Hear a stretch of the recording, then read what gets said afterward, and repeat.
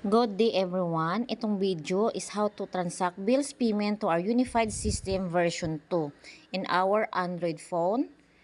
Okay? So, yan po yung nakikita natin yung system. Click lang po natin yung bills.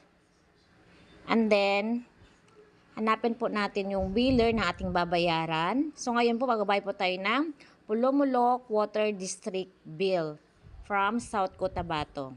Okay? Ayan, pag nakita po natin, click lang po natin at input po natin yung mga details na kailangan. First po, yung account number ng biller. Kailangan check natin kung tama yung number. At yung next na po natin ilalagay yung biller's name. Kung sino po yung may-ari ng bill. And then, cellphone number. Okay, lagay po natin dyan. At yung amount, kung magkano po yung babayaran. So, kailangan exact amount po. Hindi po pwedeng magkulang or sumobra. Okay? Ayan, kailangan exact po siya. Tama?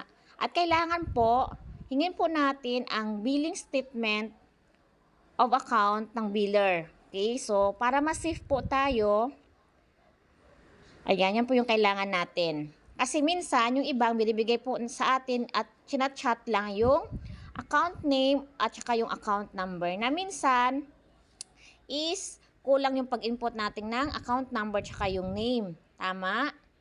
Nagkakamali tayo. So, mas maganda po talaga na billing statement yung ibigay sa atin. So, double check natin. Tama po yung account number, name, at amount na ilalagay po natin mga ma'am and sir. So, mabilis na po siya i-transact sa ating system. Yan na po yung kailangan na details. Okay? Wala na pong iba. Yan. So, double check lang natin yung mga kailangan na details. So, mabilis lang po siyang i-transact. Pindot-pindot lang po sa system natin. Ayan. So, transaction completed na po siya sa pagbayad ng ating water bill. Okay? So, syempre, ayan, open din po tayo. Mga payment center natin, pwede dyan magbayad. Sa mga nakikita nyo po. At hindi lang po bills payment yung negosyo natin. So, meron pa po tayong remittance, e-loading, insurance, at ticketing. So, open po tayo sa franchising. Okay?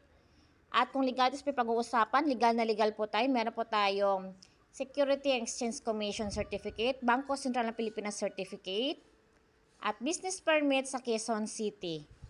At member din po tayo ng AFI, Association of Filipino Franchisers Incorporated. Kung meron po tayong mga katanungan, mga ma'am and sir, yan, so, contact nyo lang po ako o yung nag-send po sa atin ng video ito para mag-guide at ma-assist po kayo. Okay, so don't forget to subscribe my YouTube channel. You can like, comments, and share. And don't forget to click the bell button and subscribe button. You can add me my FB account, Geraldine Camora Valendez. That's all. Good day everyone. Thank you for watching.